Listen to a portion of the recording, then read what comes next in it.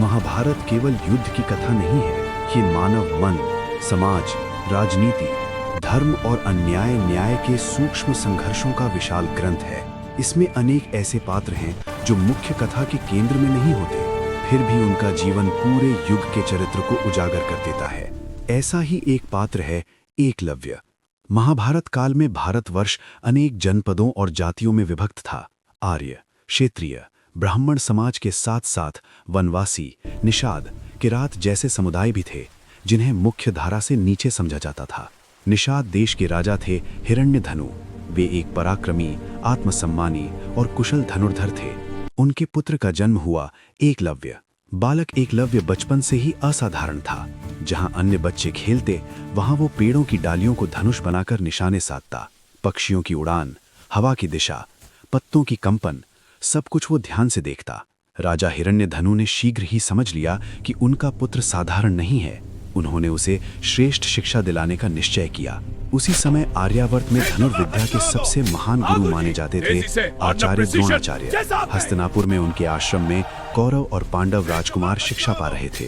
द्रोणाचार्य का नाम ही शौर्य और अनुशासन का प्रतीक था। उनके शिष्य अर्जुन, भीम, दुर्योधन भविष्य के महायोद्धा थे। एकलव्य ने जब द्रोणाचार्य की कीर्ति सुनी तो उसके मन में एक ही इच्छा जगी, मुझे भी उन्हीं से धनुर्विद्या सीखनी है।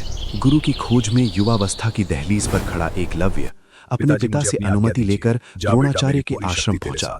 उसका वेश साधारण था। वनवासी राजकुमार, कंधे पर धनुष, आंखों में अग्नि और मन में श्रद्धा। आश्रम में पहुंचकर उसने द्रोणाचार्य को प्रणाम किया और कहा, गुरुदेव, मुझे अपना शिष्य स्वीकार करें, मैं धनुर्विद्या सीखना चाहता हूँ। द्रोणाचार्य ने उसे ऊपर से नीचे तक देखा, उसके वस्त्र, उसकी जाति, उसका परिचय, सब कुछ। फिर कठोर स्वर में कहा, तुम निषाद हो, मैं केवल क्षेत्रीय राजकुमारों को शिक्षा देता हूँ, तुम मेरे शिष्य नहीं बन सकते। ये वाक्य एकलव्य के हृदय में वज्र की तरह गिरा। एकलव्य ने तर्क नहीं किया, उसने क्रोध नहीं किया, उसने केवल सिर झुकाया। पर उसके भीतर कुछ टूट गया। उस समय शिक्षा अधिकार नहीं थी, वो विशेषाधिकार थी। जाति और सत्ता ज्ञान से ऊपर रखी जाती थी। एकलव्य जानता था द्रोणाचार्य का निर्णय बदलना असंभव है। वह चुपचाप वन की ओर लौट गया। वन में लौटकर एकलव्य ने जो किया वो इतिहास में अद्वितीय है। उसने मिट्टी और लकड़ी से द्रोणाचार्य की प्रतिमा बनाई, उसे अपने आश्रम के सामने स्थापित किया। उसे प्रणाम कर कहा, गुरुदेव, आपने मुझे स्वीकार न किया, पर मैं आपको ही अपना गुरु मानूंगा। ये कोई मूर्ति पूजा नहीं थी, ये श्रद्धा की चरम अवस्था थी। इसके बाद एकलव्य ने जीवन को केवल साधना बना लिया। प्रातः सूर्योदय से पहले उठता, घंटों धनुष अभ्यास करता, शाम को जंगल में शिकार करता, रात्रि में अपने अभ्यास की त्रुटियों पर मनन करता। वह स्वयं अपना गुरु था, पर मार्गदर्शक के रूप में द्रोणाचार्य की प्रतिमा सामने रहती।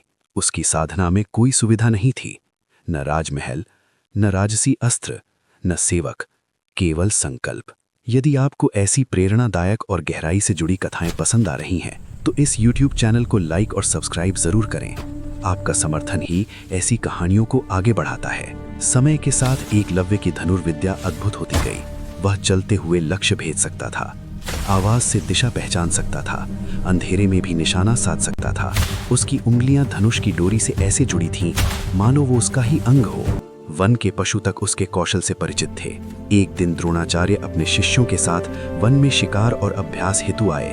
अर्जुन का कुत्ता अचानक भटक गया और एकलव्य के आश्रम के पास पहुंचा। कुत्ता भौंकने लगा। एकलव्य ध्यान मग्न था। भौंकने से उसका ध्यान भंग हुआ। उसने बिना देखे केवल ध्वनि की दिशा से तेजी से 7 बाण चलाए। वे बाण कुत्ते के मुख के चारों ओर ऐसे लगे कि उसका मुख खुला ही रह गया, पर उसे एक खरोंच तक नहीं आई। जब कुत्ता लौटकर अर्जुन के पास पहुंचा, सब चकित रह गए। द्रोणाचार्य ने तुरंत कहा, यह कार्य मेरे किसी शिष्य का नहीं हो सकता। वे उस धनुर्धर की खोज में निकले और तब उन्होंने एकलव्य को देखा, वनवासी वेश में, पर तेजस्वी मुख और सामने द्रोणाचार्य की प्रतिमा। द्रोणाचार्य ने पूछा, तुम्हारे गुरु कौन है? एकलव्य ने तुरंत प्रतिमा की ओर संकेत किया, आप गुरुदेव। द्रोणाचार्य स्तब्ध रह गए। एकलव्य ने संपूर्ण कथा सुना दी। अधूरी स्वीकार्यता। द्रोणाचार्य समझ गए, यदि ये युवक आगे बढ़ा तो अर्जुन श्रेष्ठ धनुर्धर नहीं रह पाएगा, और उन्होंने अर्जुन से वादा किया था, तुम संसार के सर्वश्रेष्ठ धनुर्धर बनोगे। यहाँ से शुरू होता है गुरु धर्म बनाम सत्ता धर्म का संघर्ष, जो एकलव्य के जीवन को अमर कर देता है।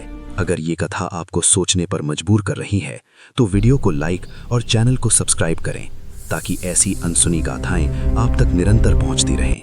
जब द्रोणाचार्य समझ गए यदि ये युवक आगे बढ़ा तो अर्जुन श्रेष्ठ धनुर्धर नहीं रह पाएगा, द्रोणाचार्य ने कठोर स्वर में कहा, यदि मैं तुम्हारा गुरु हूं तो गुरु दक्षिणा दोगे?